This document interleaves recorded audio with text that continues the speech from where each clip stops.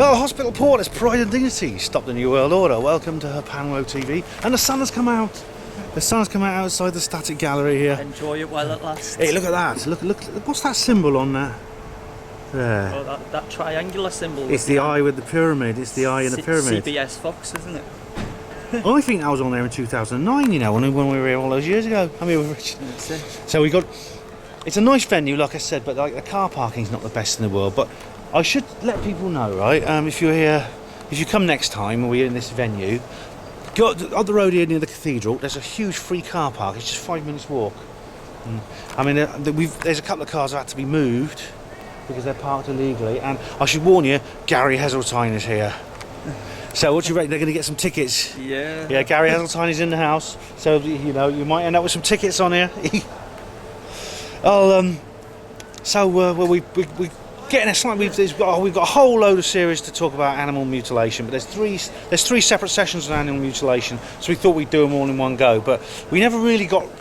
Maybe because of the weather and stuff like that and not much time, we didn't quite finish talking about Andrew Johnson and the various things he was saying. But we missed out two very notable characters from the discussion. Richard Hoagland and Stephen Greer were two of the people that Andrew mentions, and I think as far as those people go, I think he made some quite fair comments actually. Yeah. I mean, when it comes to Stephen Greer, I think the one thing on everybody's mind, it's the question on every ufologist's lips is, are you on steroids, Stephen? I mean, that guy could probably bench press with all. Why does he need bodyguards? Well, this is a weird thing, because I mean, I know one of the guys who acted as his bodyguard, and the thing about it is, you know, be with you in a sec. Yeah, be with you in a sec, mate. Thanks. The thing about it is, he's basically, I think it's for show. Do you reckon it's for show? He has these things for show. He was a doctor. He was a medical doctor before he went into ufology, didn't he? And he's obviously got. I mean, people who are GPs now. Now I don't want to tar them all with the same brush, but I mean, you get into medicine and you become a bit egotistical because you're a doctor. You get that title. I'm a doctor, you know. I'm a doctor. I'm not the doctor, but a doctor. And I think he's took a bit of that egotism.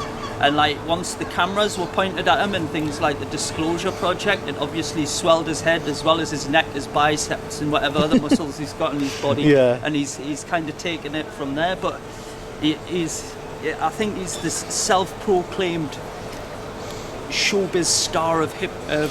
I nearly said that. Well, Philip Mantle, the ufologist Philip Mantle, in his book describes him as a cult leader, and there is an element of that to him. I think he is no doubt he's a bit of a Charlie Veitch. I think he has that kind of like look, and he's definitely he does like to be on stage. He likes to be the centre of attention. Well, he's the one saying that, you know, all EBEs or ETs, however you like to describe them, are they're all benevolent. You know, they're all loving, caring.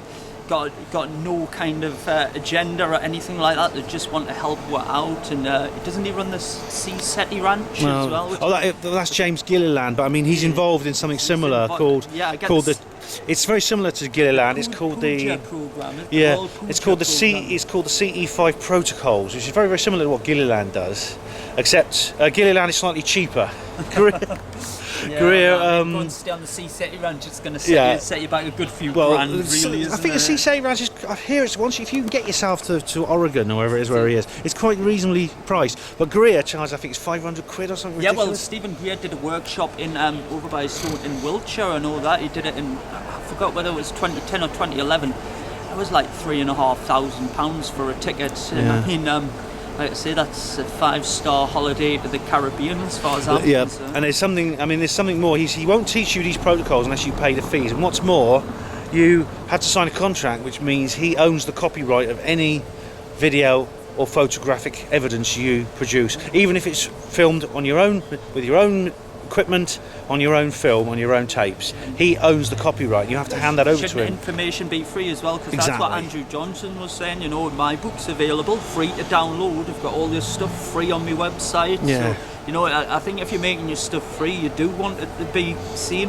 Whereas if you're giving out information at a price, now I understand there is some researchers who do charge a little fee, but it's how they make a living, and like Yeah. we've always said, you've got to exist in the surroundings that you exist in, and unfortunately that is money. So I understand why some researchers do sell the DVDs, but what Stephen Gray seems to do is charge a phenomenal amount of money for, I don't know, I'm not going to brand it wishy-washy, but it's certainly Well, a it's bit- basically certainly a bit yeah. out there what he talks about Well, and what he does, and the fact that all these ETs have got a benevolent agenda just to help all, and that I can't believe that for a minute, I'm afraid. No, and it's what you do is you basically the CE5 protocols. Well, you have to go on his course to learn them, but basically involve shining a light in the sky. And meditating and stuff, or something like that. Which is, tell you the truth, I mean, okay, if you want to, I understand staging one of these events would cost maybe I'd expect to pay £5 on the door or something like that. But 3,000, whatever, 3,500, Yeah, whatever well, pounds it is. that included your meals and accommodations, but I mean, I've been to Wiltshire quite a lot, and I've never seen a hotel of that kind of standard where you'd want to pay £3,000 to stay somewhere. And there's a bit more as well. I mean, the issue of all ETs being benevolent. Greer thinks that all ETs are nice guys, and if you meet a bad one, it's government stagecraft. That's the rule. If they're nice, they're real. If they're bad, it's stagecraft. Well, that is nonsense. I mean, it's true. It's true there are nice guys, but there are nasty guys too. I mean, I've spoken about this before. I spoke about this in the last film. I think we discussed this, didn't we? Yeah. ETs seem to be.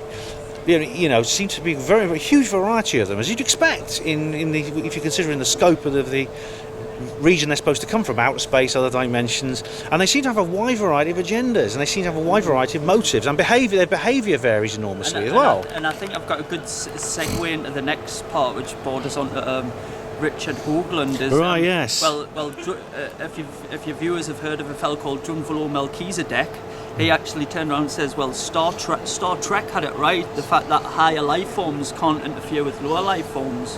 Now, Drunvalo Melchizedek talks a lot about different stuff. Sorry about this. I mean, he could be right, you never know, but I give a lot of credence to Drunvalo Melchizedek, and on to Richard Hoagland. Well, I didn't expect him to be... well, the thing about Hoagland... Now, there's a saying, you always have Hoagland on last, because once he's on stage, you can't get rid of him. He would go on... 5 hours he went on last Oh, year, God, it was... I mean, I think Astain liked him more than I did. He rambled on about all kinds of things to do with Star Trek and the space shuttle program. Yeah, he was talking about the history of NASA and the significance of them getting rid of the space shuttles. That's what he was talking about last year. I think the thing which which bothered me the most, I mean, this is what Andrew concentrated on, was that last year at the Amsterdam Secret Space Program conference, Hoagland suddenly comes out with a completely new speech based on the work of Judy Wood. Yeah, a whole hour and a half saying how great Judy Wood's work was. Yeah, the only problem is he's completely adapted it using to his own kind of format, using his own terminology. He's used a lot of Judy Wood's material and Andrew Johnson's material too, and he doesn't even mention, or he hasn't spoken to these people. He hasn't asked their opinions or asked them for advice. It's really, really weird. He says things like torsion fields to describe the Hutchinson effect, which is a non-scientific term. It's one of his own terms. It's a pseudo-scientific term, and I mean, I don't blow my own trumpet. I claim to know a little bit about physics, but I've never came across I don't know what a torsion field is, unfortunately. Sorry, I know, it's a strange... Well, torsion refers to rotation and turning, but I mean, it really doesn't do anything to explain exactly what he's talking about. I think this is the problem with Hoagland. He does this a lot, and this is why I'm losing a little bit of... I mean, I think in the early days, in the early 90s, when he came out with he was quite credible. Now I'm starting to find him a little bit dubious. Well, what I found dubious about him was he was quite exciting last year when he was talking about Comet Elenin and all these kind of... Oh yeah, whatever happened to Comet Elenin? all these kind of circumstantial things that were NASA programs, like I mentioned a computer game. I forgot what the computer game was called, but the computer game was about these aliens going around different planets stealing people's brains, and Automatic. That was the name of the Auto- computer game. Automatic, and it Yeah. came up on a NASA screen. So you used that as a kind of a bit of circumstantial evidence for them hiding something. And he always uses is it 19.5? No, yeah. That is actually the 19.47. It is the circumcised tetrahedron. That is actually a legitimate That's what you'd call a thing. Yeah, Merkabah. that is The actually serious. Merkabah, Yeah. But I mean, it's on your T-shirt, isn't it? Oh, I haven't got my T-shirt. Oh, you haven't got that one on. Yeah. No, but I mean, that is something legitimate. But I think there's more we can go into, like maybe Nick Pope. We can have a good little chat about Nick Pope later, which will be fun. It's a whole But we're gonna have subject to. in itself. I've got to go and do something else, and then we're going to start again in a moment. You'll be glad to know that it's actually quite a lot of people have turned up. I mean, they must have heard my adverts, obviously, but I mean, we got more than I think the organisers were expecting, which was good. We were worried there weren't going to be many people, but lots of people have turned up and bought tickets on the door, which is good. Richard, shall we proceed? Yes, let's go. I'll see you guys later.